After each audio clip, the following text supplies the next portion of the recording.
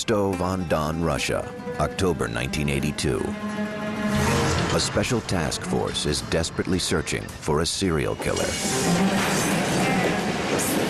The investigation had begun 4 months earlier when the body of a 13-year-old girl was found in a desolate patch of forest. She had been stabbed repeatedly. Her eyes had been gouged out.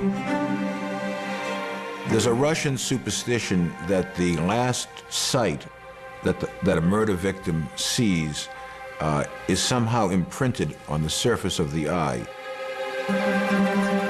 Soon, 2 more bodies with similar wounds were discovered. All 3 had been sexually assaulted.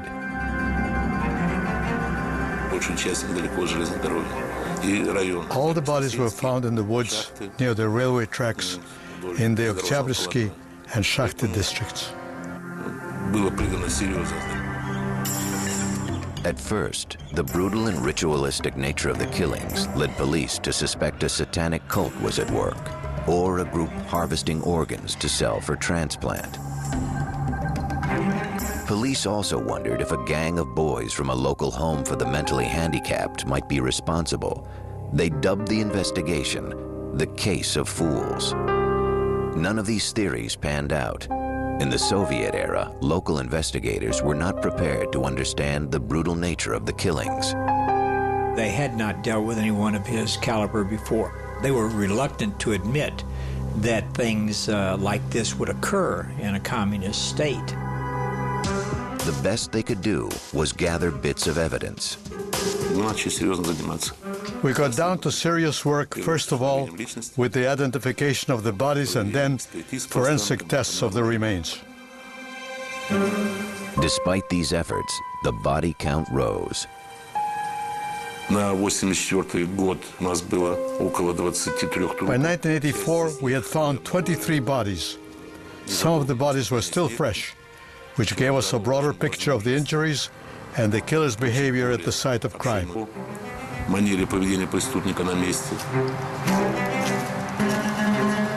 of the victims were young girls and boys who had been discovered in the wooded areas around Rostov. All had been mutilated.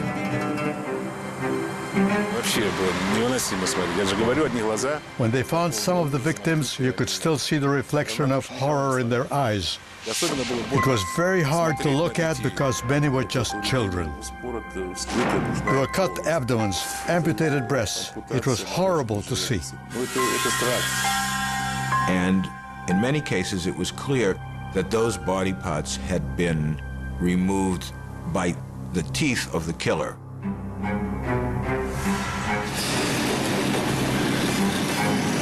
A lot of the bodies were found near transportation points, bus stations, train stations in particular, which indicated that the killer, whoever he was somebody who used the Soviet transportation system extensively. Despite clear evidence that a serial killer was on the loose, Soviet police and the Communist Party-controlled media refused to release any information. In the absence of real facts, rumors spread throughout the region. There were rumors of people with state black limousines, scarfing up children in the countryside. But in the absence of any real media, these children disappeared and nobody knew that they had gone. With no solid suspects, Rostov police began a wide-ranging manhunt, arresting nearly anyone who looked even vaguely suspicious. They had a lot of manpower, and they deployed dozens and dozens of detectives trying to come up with suspects. But for 8 years, the killer remained at large. Initially, his victims tended to come more from the ranks of what they called women with disorderly sex lives. As time went on, he started to take more and more boys, innocent children, whoever he could lure and kill.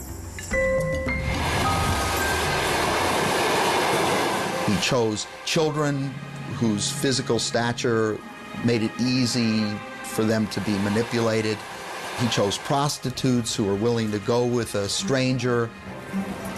Police focused their efforts on transportation hubs. They put very high-profile police officers, uniforms, etc., in all but a few train stations or bus stations. All the large stations were patrolled by policemen in uniform. We were trying to play on the criminal's emotions and drive him into an isolated location. Undercover officers were used to keep these remote locations under surveillance. In early November, the strategy paid off. A plainclothes detective at an isolated train station spotted a man emerging from the woods. The officer noticed a smear of blood on his cheek and what appeared to be a severe cut on his finger. According to the policeman who was watching him, the suspect washed his shoes and cleaned his coat. The policeman in civilian clothes asked him to show his papers. He identified himself as Andrei Chikatilo, a 54-year-old grandfather and loyal Communist Party member. The detective did not have enough reason to hold Chikatilo. He did, however, file a report on the incident. 24 hours later, a passerby discovered a girl's body in the same woods.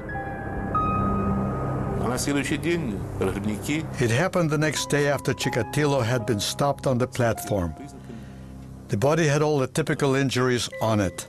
The chief of police immediately demanded the files of any suspicious individuals who were registered in the last 24 hours.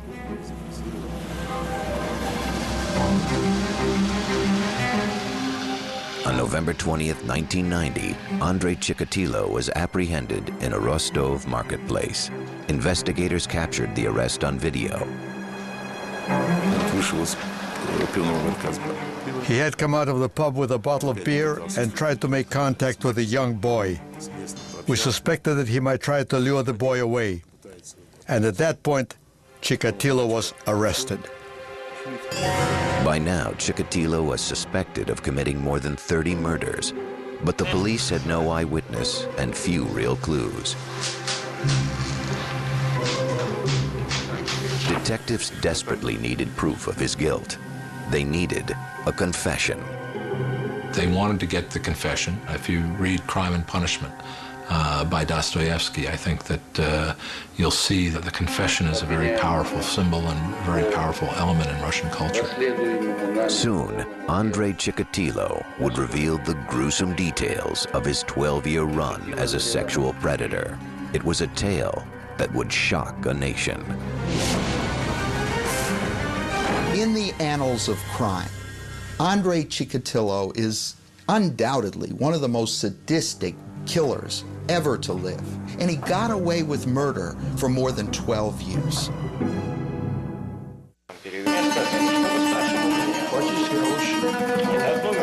November 1990. Police in Rostov-on-Don, Russia, were interrogating suspected serial killer Andrei Chikatilo.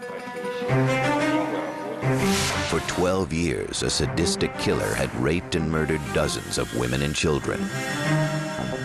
Authorities believed Chikatilo was the culprit. But so far, the father of two had admitted nothing.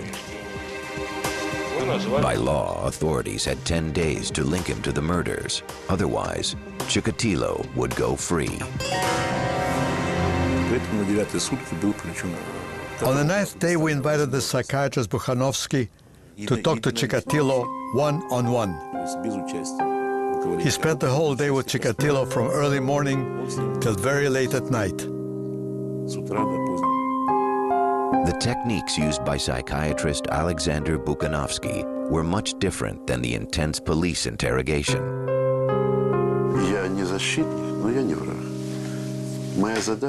I explained I wasn't his enemy, although not a defender either. In the medical language, there are no words like guilty and wrong.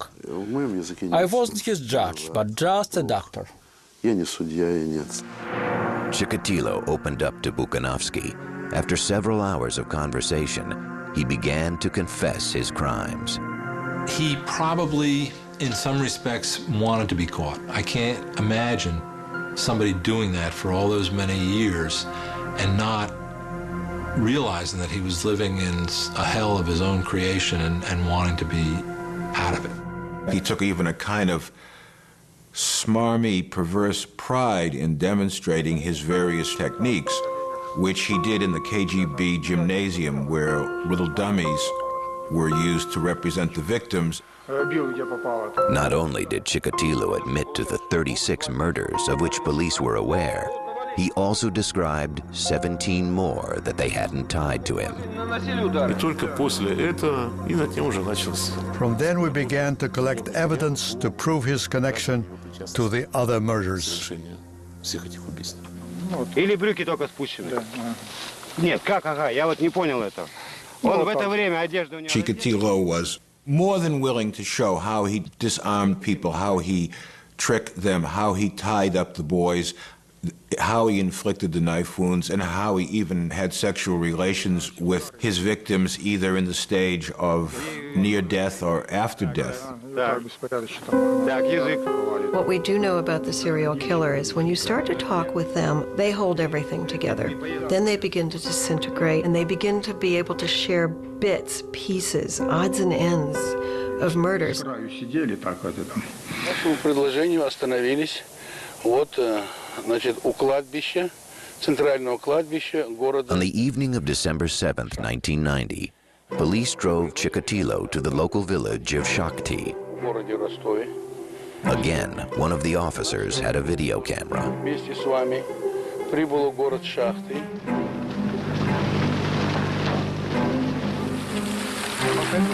Walking between the gravestones of a small public cemetery, Chikatilo brought them to the site of a shallow, unmarked grave. Police dug until finally a child's sneaker emerged through the earth. Chikatilo watched casually, detached from the proceedings. But these horrors would shock the Soviet nation. What could have created this brutal killer? How could he have killed so many for so long? What would cause a person to slip over that line and become a serial offender of any kind?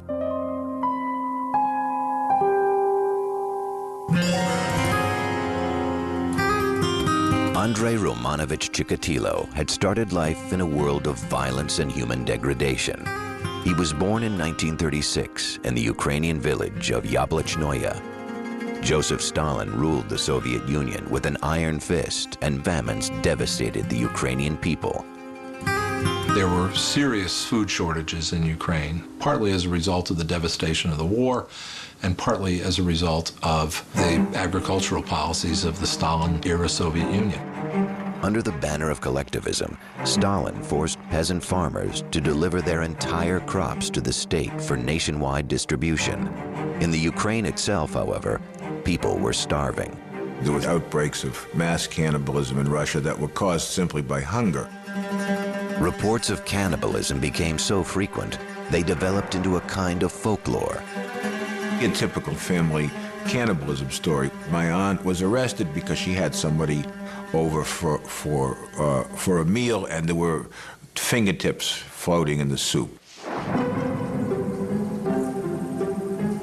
As a young boy, Andrei's own mother told him such a grim tale about a horrific event that had supposedly happened just before he was born. His mother used to tell him stories that his older brother was cannibalized because of the famine that was taking place. She constantly used it as a warning: don't go out and play after it's dark. They'll grab you and eat you just like they did to your brother Stepan. Her claim that his brother had been cannibalized was impossible to confirm, but psychiatrists speculate that Chikatilo himself might have been traumatized by another crime, an assault on his mother. His sister was born in 1943 during a time when the Germans were occupying a large part of Ukraine where he lived. And his father was supposedly in the Red Army at the time. It's hard to imagine how the father could have gotten back to the family home to impregnate the mother. And they had a one-room home. So it's quite possible that he saw a German soldier rape his mother. Also devastating in the eyes of 13-year-old Andrei was the fate of his father, taken prisoner by the Nazis. When Chikatilo's father finally returned home in 1949, he was suffering from tuberculosis. Rather than being rewarded for his war service, he was branded a traitor to the Soviet government. You either died in battle or you triumphed, and there was no third way that was honorable. Stalin's paranoia was such that soldiers who were captured by the Germans and held captive were considered suspect. Although the Communist Party made Andrei's father an outcast, Andrei's own devotion to the state was such that as a young teen, he became an active member of the Communist Youth League. Chikatilo was very genuine in his belief, in his professed public belief in communism. But with the onset of puberty, young Andrei realized that he was not like the other boys in the Youth League. He never fit in very well, and he felt embarrassed and humiliated generally about his lack of sexual prowess. His social circle consisted of much younger children, with whom he felt comfortable because they understood him, or elderly people who liked him because he was always a good boy. As a teenager, Andrei was attracted to young girls, but he was humiliated when he found himself unable to perform sexually. At that point, he was probably as attractive a man as he was ever going to be, and started having courtship with a girl in the village. And his impotence destroyed that relationship. It became a subject of gossip in the village. It was yet another insult to Chikatilo's fragile self-image, and a discovery that would torment him all of his life. By 1955, Andrei Chikatilo was desperate to escape Ukraine and memories of a miserable youth.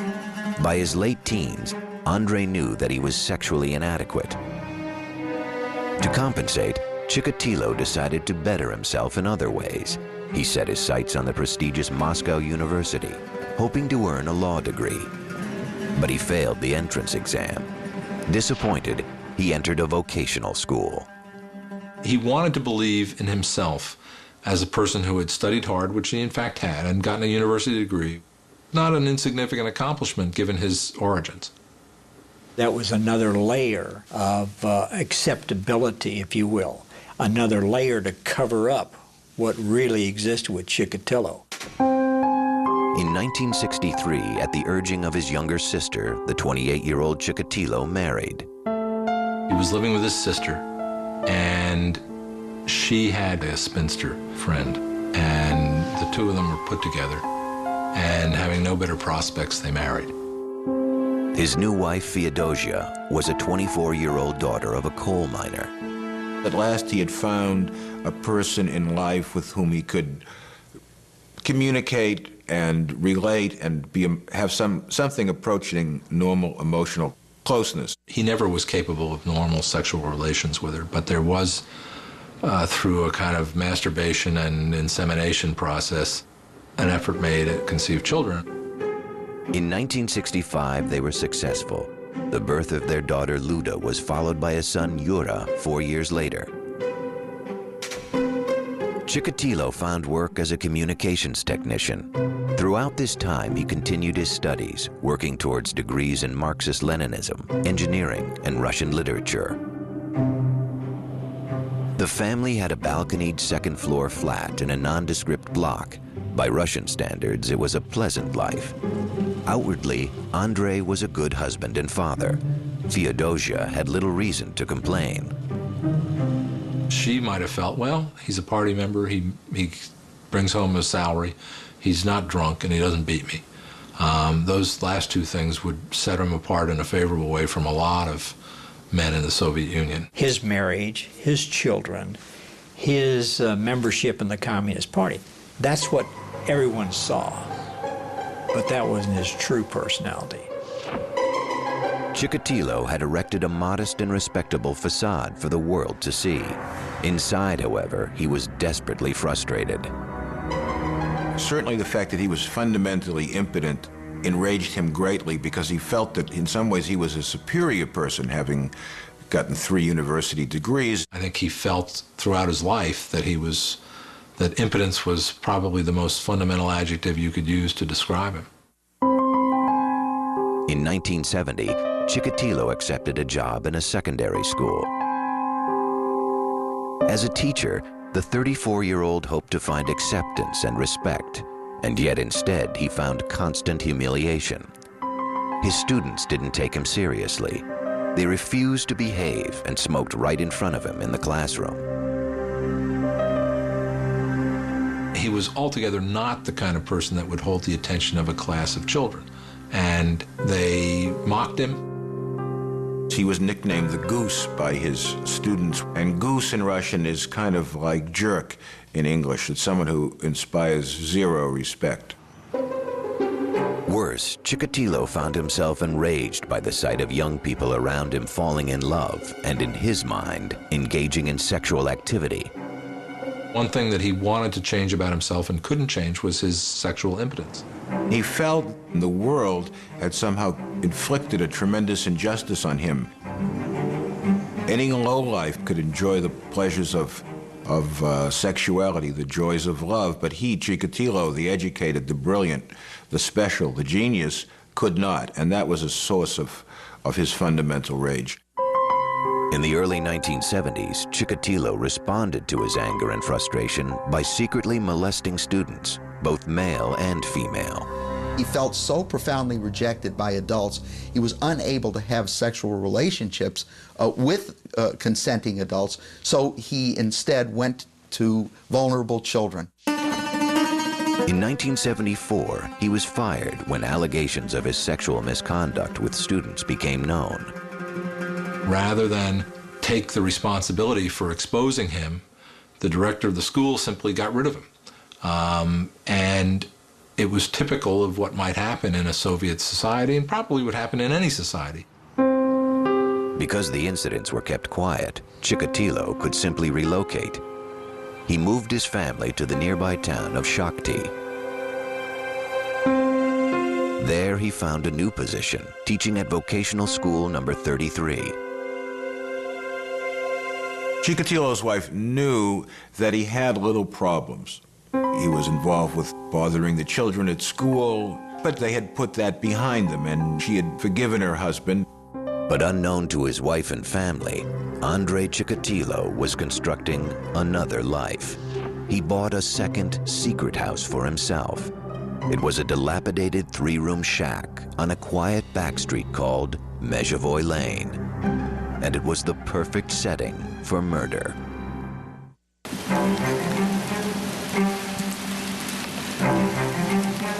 In Shakti, Russia, Andrei Chikatilo seemed to be a devoted family man. His inner life, however, was filled with dark and murderous desires. In 1978, he began to turn these feelings into action.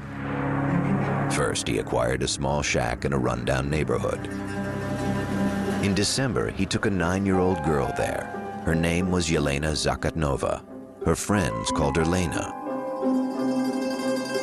He'd met her at a bus stop and offered her something Soviet children rarely enjoyed, bubblegum. She agreed to follow him to the house. He encountered this girl and first discovered with her that violence on the body of a girl was something that would get him excited. As he began to molest her, he grew increasingly excited and wanted more direct sexual contact with her. He was unable to perform sexually, so he used a knife instead. It was the moment when he discovered that murder was his passion. After that, he knew himself in a new way. Afterward, he carried Lena to the nearby Grushevka River. He set her body in the water, then tossed her school bag after her. She was found 2 days later.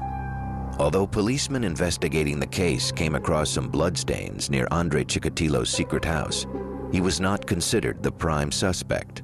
The problem is, from the point of view of the police, that he had no criminal record. He was a party member. He had a wife. He had children. he did not fall into any of the categories that they were used to looking for criminals in. Rather than focusing on Chikatilo, police found someone they deemed a more appropriate suspect, a local man who had spent time in prison for rape. He was later convicted and executed. Having killed for pleasure, Andrei Chikatilo was now able to erase the sense of impotence he'd felt all his life. He had gained a piece of self-knowledge that he could never shake, which was that what turned him on was powerlessness and ultimately the murder of another person. Still, coming so close to being caught had frightened Chikatilo. For the next 2 years, he went to work, spent time with his wife and children, read the papers, and waited. He quit teaching to become a supply supervisor, or tolkach, a position unique to the dysfunctional Soviet economic system, where contracts for raw materials often went unfulfilled. The job of a tolkach was to go around to the various enterprises and try to get them to send the cement or send the rubber or send the steel or whatever it was that was necessary. It was normal for him to go on the road for several days to visit the supplying enterprises for his own enterprises and be gone without any supervision. It was not a particularly prestigious job for a man of Chikatilo's education. He traveled by train to various factories, trying to maintain the image of a dutiful Soviet citizen. He does have a struggle. I don't think he just gives himself over to, I am evil personified.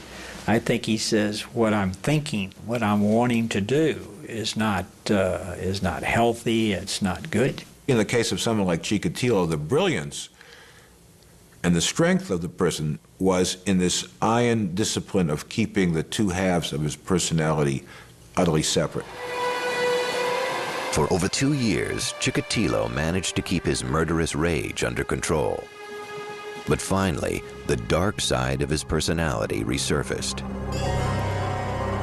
On September 3rd, 1981, while passing a library in Rostov-on-Don, Chikatilo spotted 17-year-old Larissa Chichenko.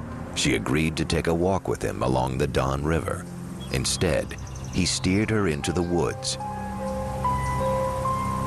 Again, Chikatilo was unable to perform sexually, but he remembered what had satisfied him 2 years earlier in the secret house on Mezhevoy Lane. He would attempt to have sex, normal sex with the woman. He would inevitably fail. That would release the great rage that lived and lurked inside of Chikatilo. Sex was the vehicle, but the basic need was to feel a sense of power over his victims.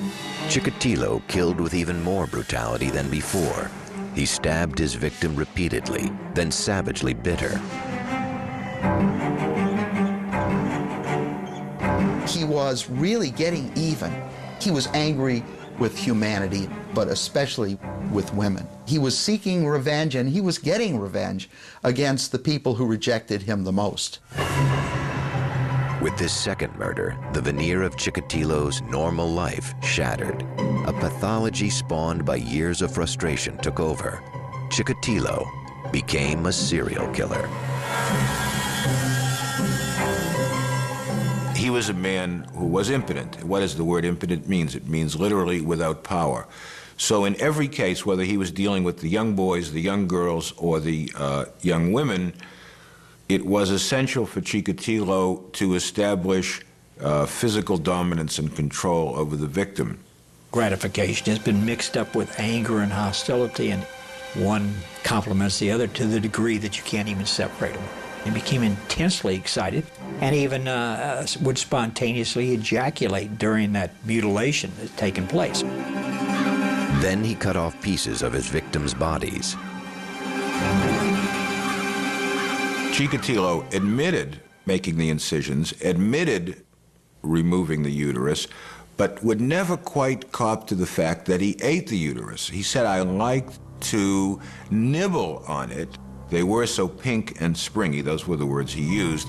What had started as a quest for sexual satisfaction had now become a murder spree, the worst in Russian history.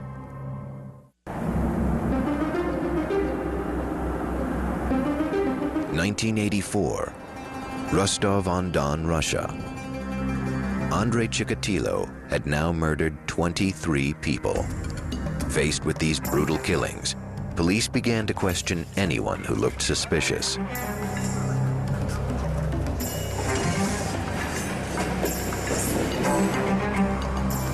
On September 13th, 2 Rostov detectives spotted a 6-foot-tall man wearing a black fur cap. He was trying to make conversation with a young girl. It was decided not to detain him on the spot, but follow up and see what he was going to do.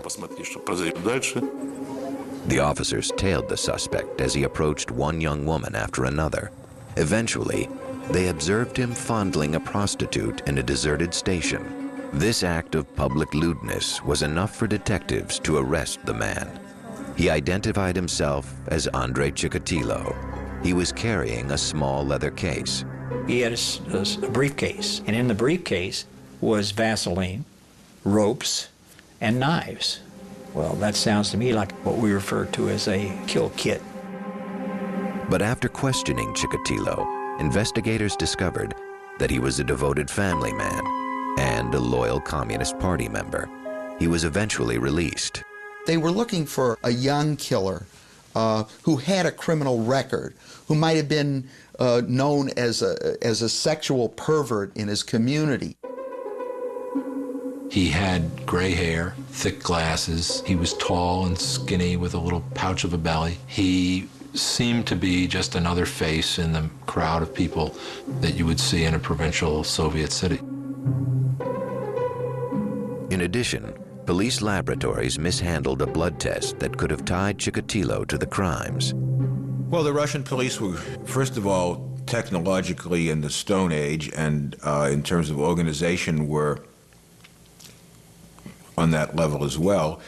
So typically blood and sperm samples would get lost. That in itself was an example of the failures of Soviet science and of Soviet production capabilities. Chikatilo was free to kill again. Police were desperate to stop the attacks, so they decided to try an American criminological technique, psychological profiling. Psychiatrist Alexander Buchanovsky was recruited to create a psychological portrait of the killer. Preparing the criminal's profile took several months of hard work. I had access to top secret materials that have never been published. By analyzing this evidence, Buchanovsky painted an intriguing description of the killer.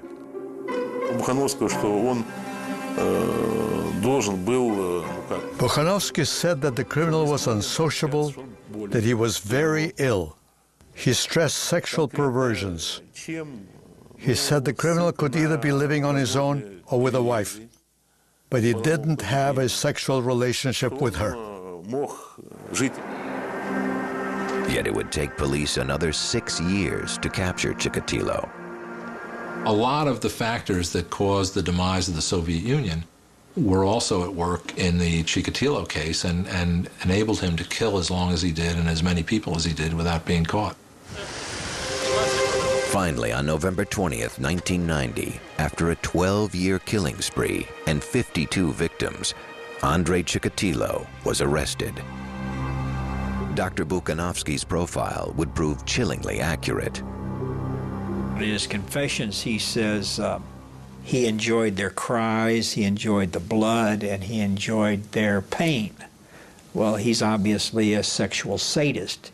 What the serial murderer learns with the act of his first murder is that he can be in control.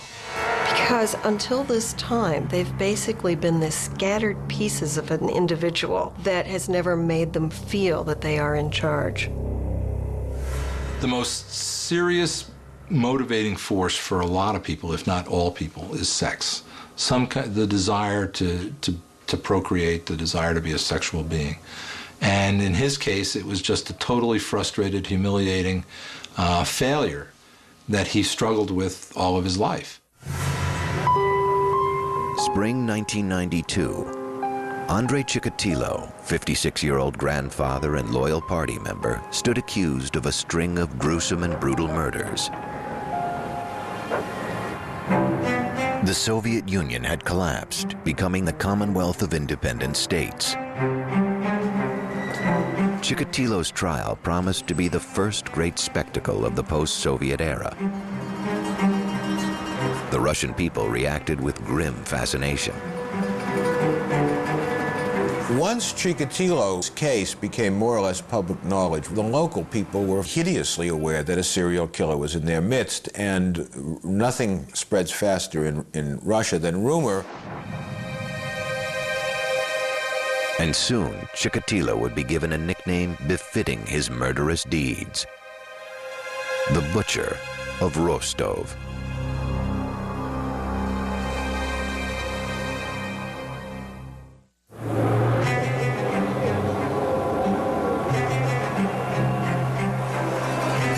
On the morning of April 14th, 1992, in the Russian city of Rostov-on-Don, citizens flooded the steps of the House of Justice, anxious for a glimpse of the accused killer, Andrei Chikatilo. For months, newspaper headlines had branded him the Red Ripper, or the Butcher of Rostov. Chikatilo was dressed in a souvenir Olympic sports shirt provided by the court. His head had been shaved, a standard procedure to guard against lice. As proceedings began, the setting resembled a circus more than a murder trial.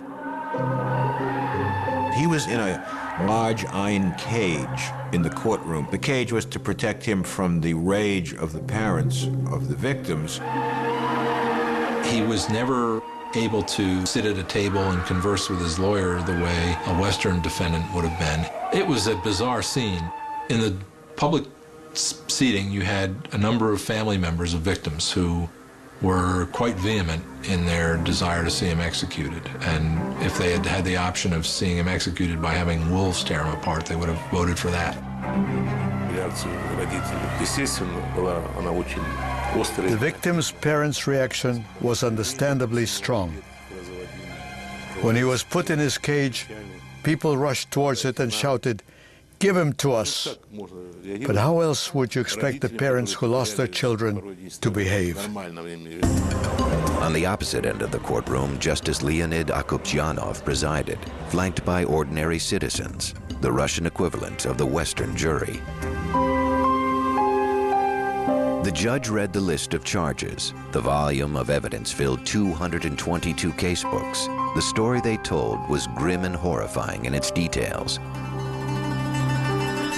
The victims' ages varied from 9 years old to 45. They were both male and female.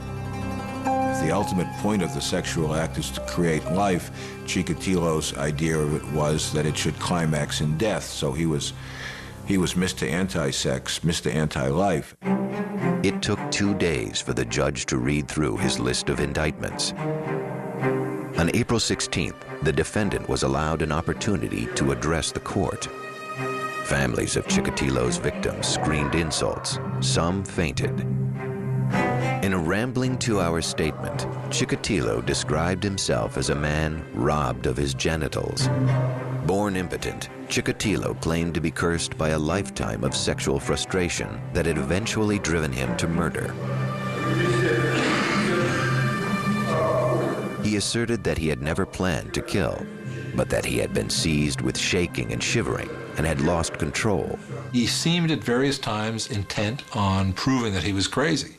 At some points that I witnessed, he jumped up and started shouting at the judge and then dropped his pants and exposed himself. At other times, he started cursing and screaming and so forth. Most observers believed Chikatilo's behavior in the courtroom was an act, an effort to gain sympathy. If found criminally insane, Chikatilo could be placed in a psychiatric hospital. If judged sane, however, he faced execution. In Russia, that meant a single bullet to the back of the head. the definition of sanity and insanity from the legal point of view, which is an international definition and was used in the Soviet Union, was can the person in question tell the difference between right and wrong? The trial would continue for 6 months. Throughout, Chikatilo presented himself as a wretched victim of nature's indifference and a gruesome metaphor for Russia's 70-year failed social experiment. When he was defending himself, he blamed Stalin, he blamed his parents, he blamed the cannibalism of the famine, he blamed the Communist Party, and he even blamed his own blood type. Prosecutors would argue that Andrei Chikatilo was in fact the most calculating, diabolical killer of all time. His crimes were sickening, but I don't think he was sick in the psychiatric or legal sense. Certainly not insane. He was more bad than he was mad, and he was certainly very crafty, but he wasn't crazy. October 14th, 1992 would signify the day of reckoning for serial murderer Andrei Chikatilo. It had taken nearly 2 months for Judge Leonid Akobzhanov to write his final verdict. Everybody knew he was going to be convicted. Everybody knew what the sentence was going to be. But there was, I guess, some value in going through the ritual.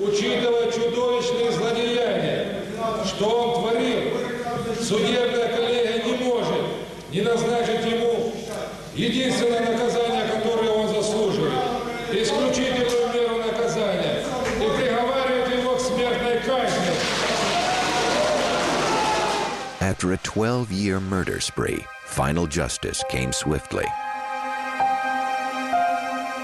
On February 15th, 1994, Andrei Chikatilo was escorted through the halls of Rostov prison and led to a private cell. There he was executed by a single shot behind the right ear.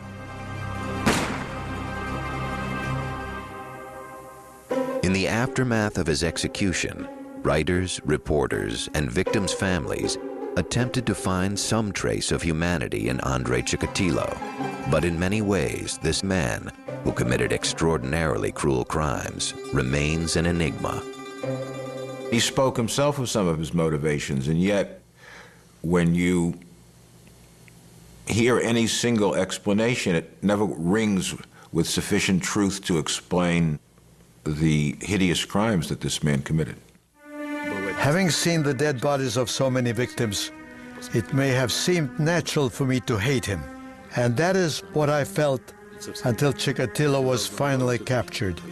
At that point, I realized that Chikatilo wasn't in control of what he was doing.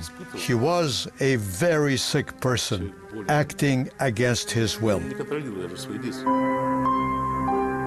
Whether you believe that he was the victim of the circumstances under which he was born, or whether you believe he was an evil person who used free will to do what he did and wanted to kill, that evil that grew in him is not something that's alien to all of us. Perhaps the final judgment on the life of Andrei Chikatilo was written by the killer himself, an expression of guilt and self-loathing that at the same time hints at his gruesome, violent nature. And now my brain should be taken apart, piece by piece, and examined, so there wouldn't be any others like me.